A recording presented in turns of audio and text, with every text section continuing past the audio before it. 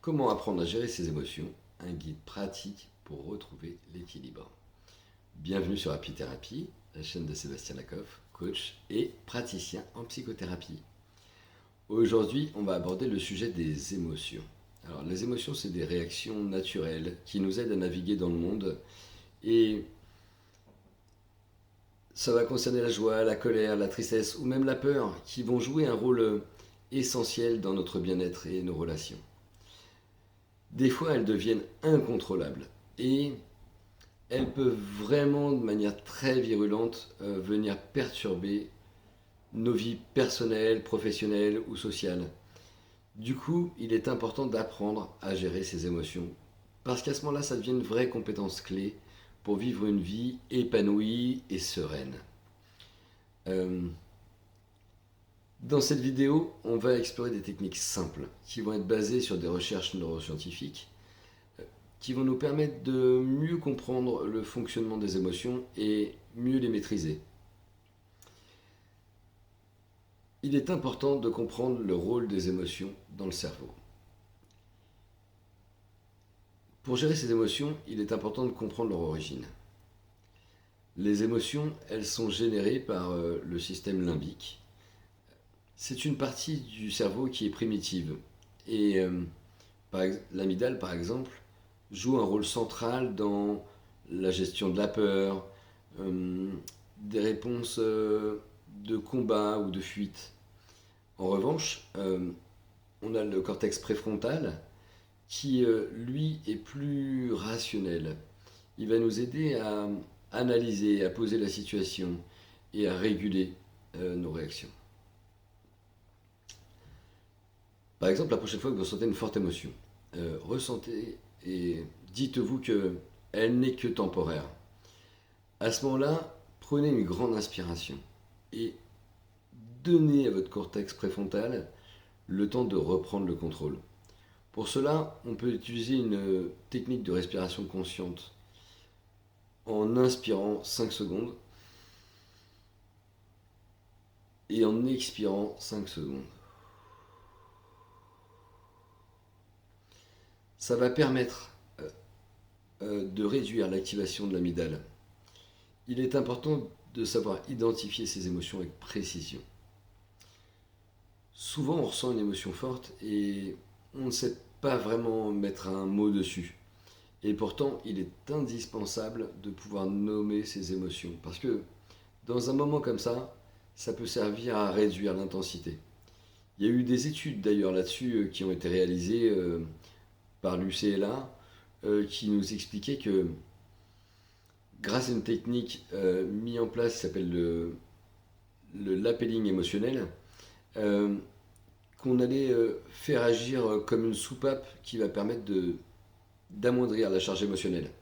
Je vous donne un exercice d'ailleurs là-dessus. Quand vous vous sentez complètement submergé par les émotions, il est important de pouvoir prendre un moment pour verbaliser ce que vous ressentez.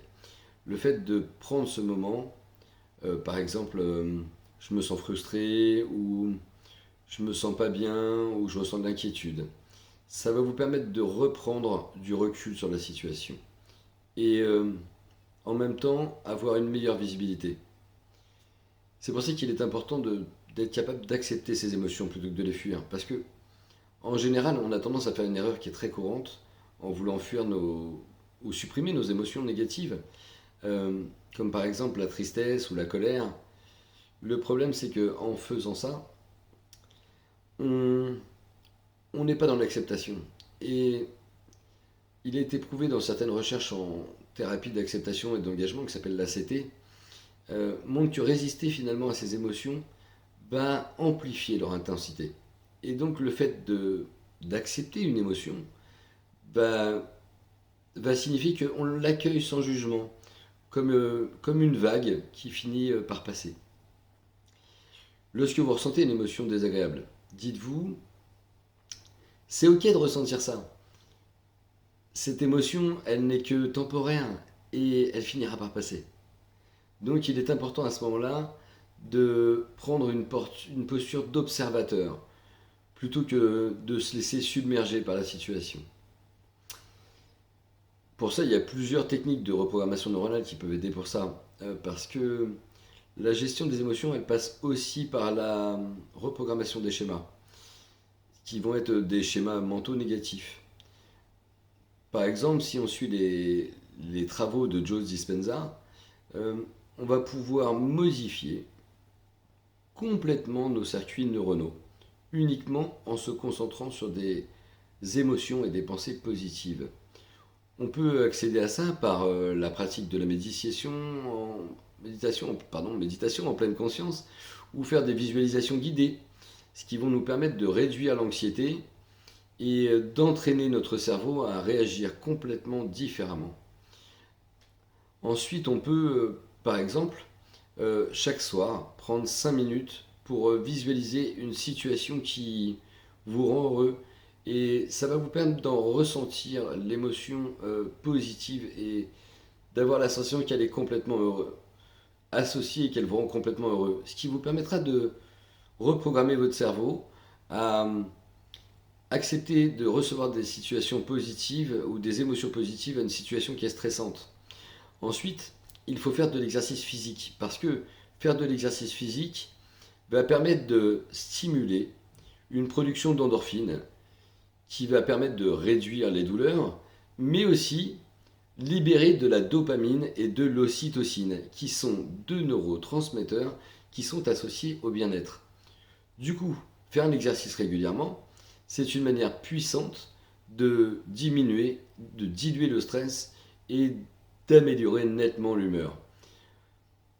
En mise en pratique, vous pouvez essayer de marcher 20 minutes par jour, avec des moments et des pas rythmés, ce qui va permettre, grâce à la lumière naturelle, de venir apaiser le système nerveux.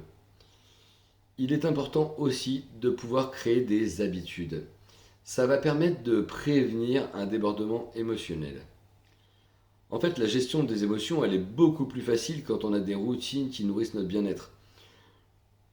Le sommeil, l'alimentation équilibrée, des relations saines, ce sont des piliers stables et complètement essentiels pour rester complètement et durablement émotionnellement stable. Il est important du coup là-dessus d'établir des routines apaisantes. Par exemple, le matin, vous pouvez commencer votre journée en vous posant 5 minutes de gratitude ou de méditation. Ça va vous permettre de vous mettre dans un état positif et ça, c'est réellement important. Après, malheureusement, des fois, c'est trop difficile et si vous n'y avez plus, pensez à demander de l'aide. Parfois, les émotions, elles sont tellement émergentes et submergentes qu'on n'arrive plus du tout à les gérer. Et à ce moment-là, ça vaut le coup de consulter un thérapeute, comme un thérapeute formé au TCC, un psy ou un praticien en psychothérapie, un psychiatre, des personnes qui vont vraiment être spécialisées dans ces activités-là. Ils vont vous fournir des outils qui vont être personnalisés et qui vont vous permettre de mieux comprendre vos réactions. Et surtout, de réapprendre à les gérer. En fait, pour résumer tout ça, je devrais dire que gérer ses émotions, c'est une compétence qui s'apprend.